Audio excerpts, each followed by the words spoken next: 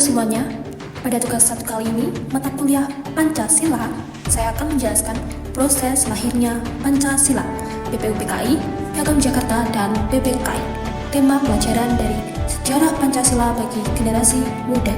Berikut ini adalah gambaran materi yang akan saya bahas sejarah lahirnya Pancasila. Oh iya, jangan lupa untuk mengingat tanggal-tanggal penting yang harus kalian ketahui. Ini dia. Pada tahun 1945, Indonesia dijajah oleh Jepang selama 3,5 tahun. Saat itu, Jepang semakin terdesak oleh pasukan sekutu akibat rentetan kekalahan di Perang Asia Timur Raya.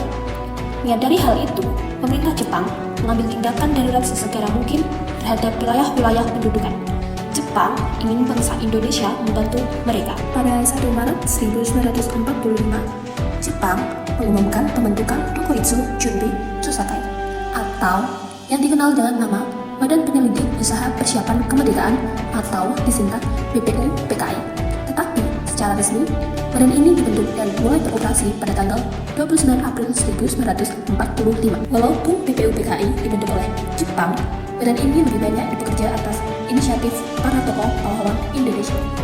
BPUPKI diketuai oleh Dr. Rajiman Widyodiningrat dan wakilnya Raden Panji Suroso dan Ujibangse Yoshio.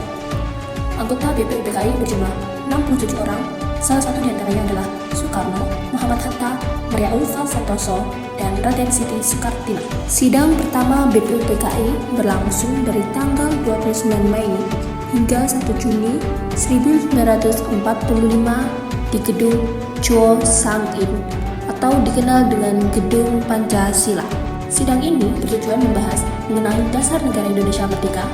Tercatat 3 orang memberikan pidatonya, yaitu Muhammad Yamin, Supomo, dan Soekarno. Namun, pidato Muhammad Yamin dan Supomo belum menjelaskan secara tegas mengenai dasar negara. Berikut ini adalah isi pidato dari Muhammad Yamin dan Supomo.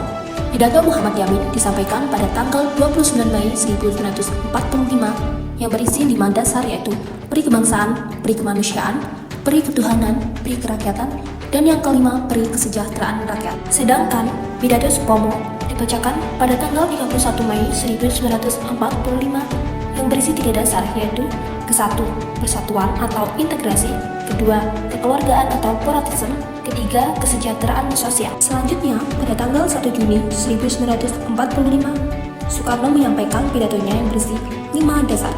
1. Kebangsaan Indonesia, kedua, internasionalisme atau peri kemanusiaan, ketiga, mufakat atau demokrasi, keempat, kesejahteraan sosial, kelima, ketuhanan yang Maha Esa. Soekarno menyebut nama Pancasila atas usul seorang ahli bahasa dan mengusulkan bahwa dasar negara Indonesia Merdeka harus didirikan di atas 5 asas tersebut. Beliau menjelaskan bahwa Pancasila terdiri dari kata panca yang berarti 5 dan sila yang berarti dasar atau fondasi. Dari para peserta sidang sebagai tanda persetujuan mereka, maka dari itu pada tanggal 1 Juli 1945 dikenal sebagai hari lahirnya Pancasila. Setelah mendapat sambutan baik dari para anggota BPUPKI untuk mematangkan rumusan dasar negara yang disampaikan dalam sidang BPUPKI, dibentuklah panitia kecil yang berjumlah 9 orang yang dikenal sebagai panitia 9. Ke-9 orang tersebut adalah Soekarno, Muhammad Hatta, Ahmad Subarjo, Muhammad Yamin, Wahyi Hasyim, Abdul Kahal Muzakir,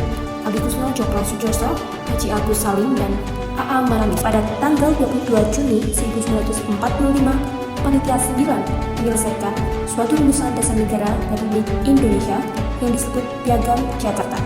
Berikut ini adalah isi dari Piagam Jakarta. 1.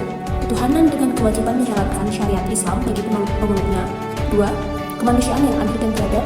3. Persatuan Indonesia. 4. Kerakyatan yang dipimpin oleh hikmat kebijaksanaan dalam permusyawaratan perwakilan. Kelima, keadilan sosial bagi seluruh rakyat Indonesia. Selanjutnya, pada tanggal 10 Juli 1945, BPUPKI membentuk Panitia Perancangan UUD dengan Soekarno sebagai ketuanya.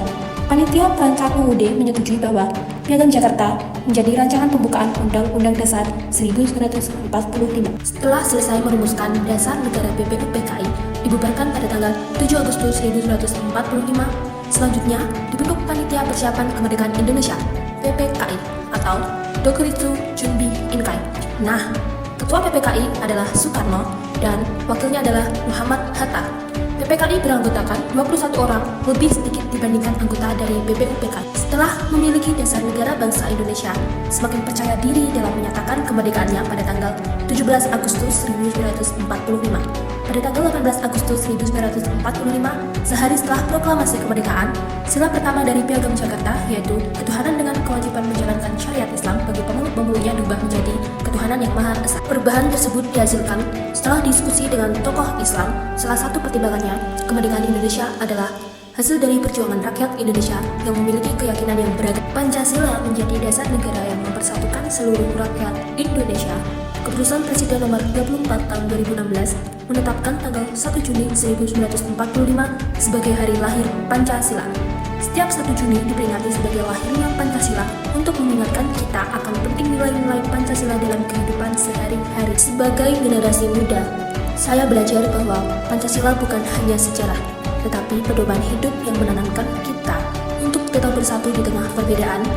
Nilai gotong royong dan semangat persatuan harus terus dijaga agar bangsa ini tetap kokoh menjadi tantangan zaman. Kita memiliki tanggung jawab untuk meneladani semangat para pendiri bangsa dengan berperilaku adil, menghargai perbedaan, dan berkontribusi positif bagi kemajuan bangsa Indonesia. Pancasila bukan sekedar dasar negara, tetapi sumber inspirasi untuk membangun bangsa yang berkarakter, bersatu, dan berkeadilan. Terima kasih. Bye-bye. Assalamualaikum.